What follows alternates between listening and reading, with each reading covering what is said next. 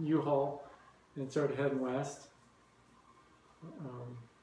I got a lot of U-Haul stories. That's another category. That's another blog. So, when you got to Portland, what happened? Did you keep creating art? Are you showing in galleries? Let's see. Got back to Portland. Basically, just had a detox for a while from being in that environment. Get some fresh air and fresh water. Get my strength back up to full speed. Basically, you know, different times didn't have a studio, or I found a place to live with a studio. Moved back in 2004, and then in 2006 I enrolled at PNCA for the second time, and got accepted again, and actually went. I attended, graduated in 2009. So that's kind of what I did right after I got back. How did you use your graduation? Do you still have work from that?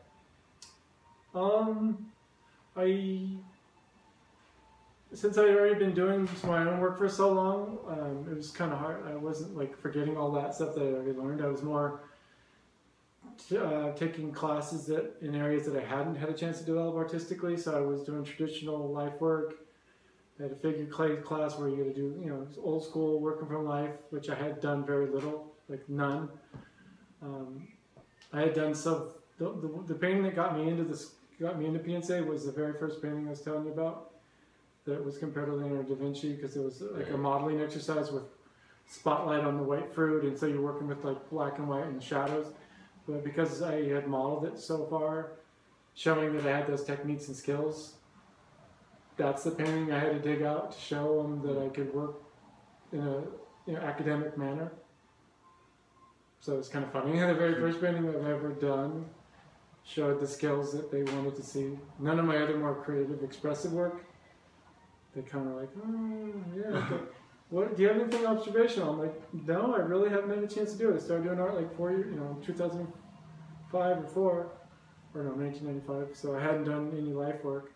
So basically at PNCA, I had a chance to go and sort of work on this, develop my skills in those areas, more traditional areas, which I had meant to do and wanted to do, and wanted to prove to myself I could do it. So that's kind of what I did there. And then what was your degree in? It's a BFA in painting. Yeah. My senior thesis, I did like 3 panoramic nature paintings. Not in studio, basically sort of a meditative experience, exploration of thinking about nature, but letting subconscious energy go into it, and just trying to. It's kind of like a scientific experiment. What happens if I take these variables? What happens when I do this?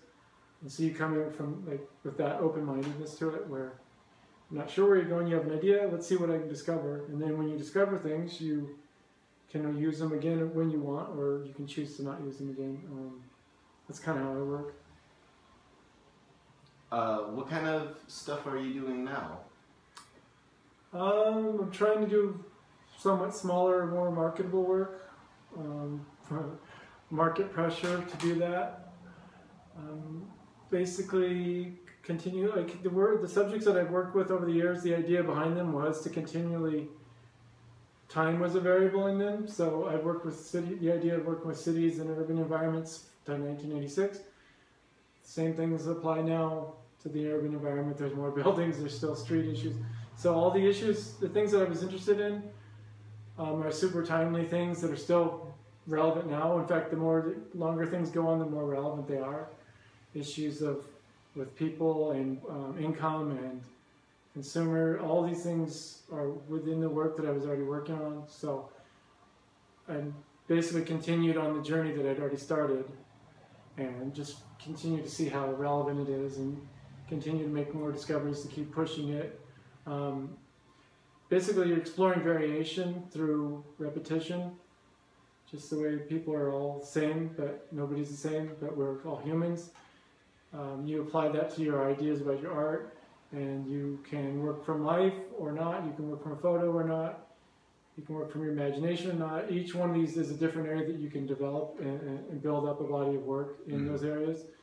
So I've done a lot of found art over the years. So then at PNC I started working, doing life work, had some printmaking, sort of filling up.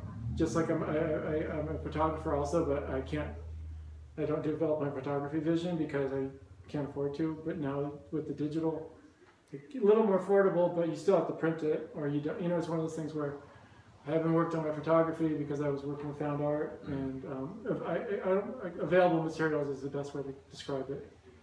Work with what you found or somebody gave you, and you allow that to be one of the elements of chance you're trying to incorporate into your work.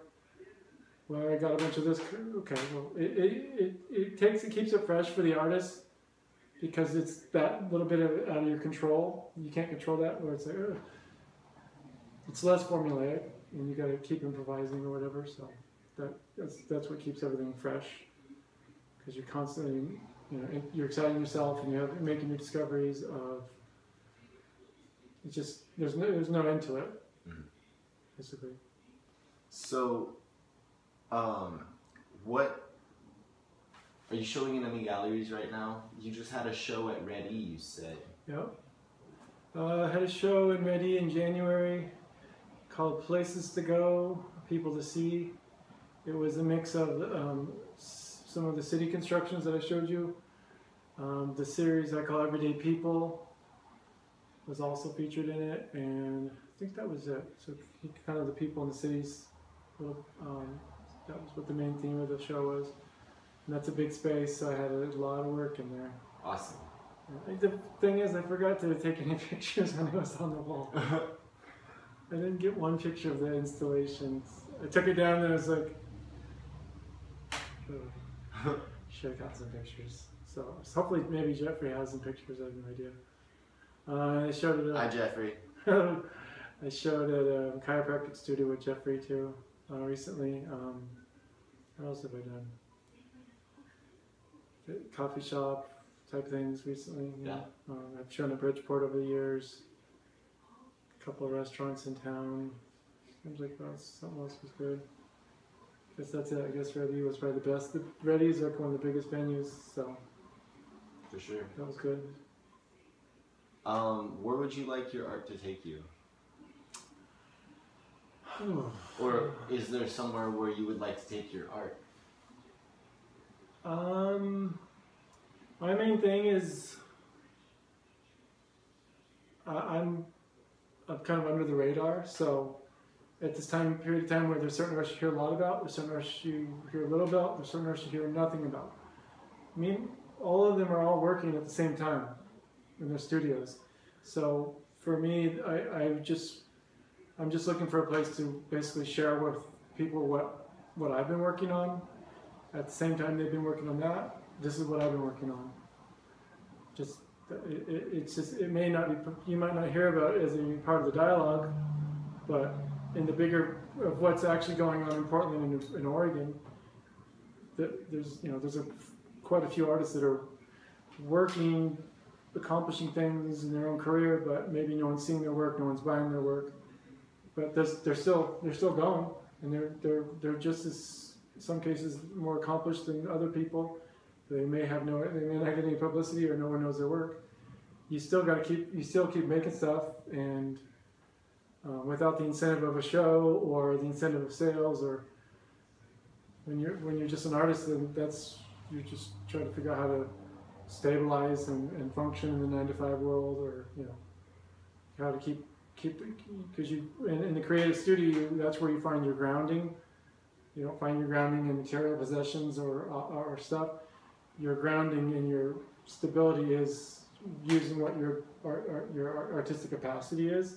So when you can't use it, it gets frustrating, and you feel really disconnected, because that is one of your main connections to in life.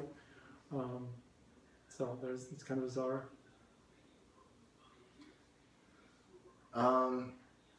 I guess the last thing that I wanted to say was that we're going to have a gallery the 4th FM Friday. Y'all are invited. You're invited. There's one this month. It's March 27th. It's at my place. There's going to be free booze and free food. All of the artists that I interviewed last month are invited to show. So there's going to be a lot of really great artists showing up. There's going to be live music. And we're going to paint on the walls. And I've got a really cute puppy. And yeah, it's going to be rad. You should show up. You're invited to come to that one. Cool. But the one that you're invited to show at would be next month. Okay. April 24th. Right after 420, so keep that in mind. That'll be freshly in our heads.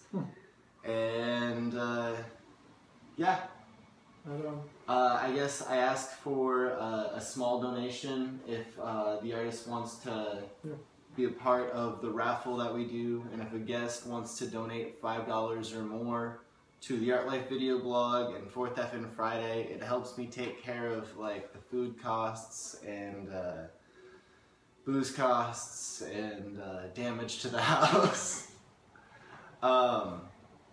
Yeah, so there'll be a raffle and donated pieces will be a part of that. We've already got a bunch of really cool stuff for next month. I haven't gotten a lot of donations for this month, but I have a lot of donations for next month already, which is kind of weird. Yeah, and we wanted to go downstairs and kind of show off your art. This will be the last thing, is we're going to do a little tour of his art in his basement. Cool. And just show you exactly how much art this guy has. All right.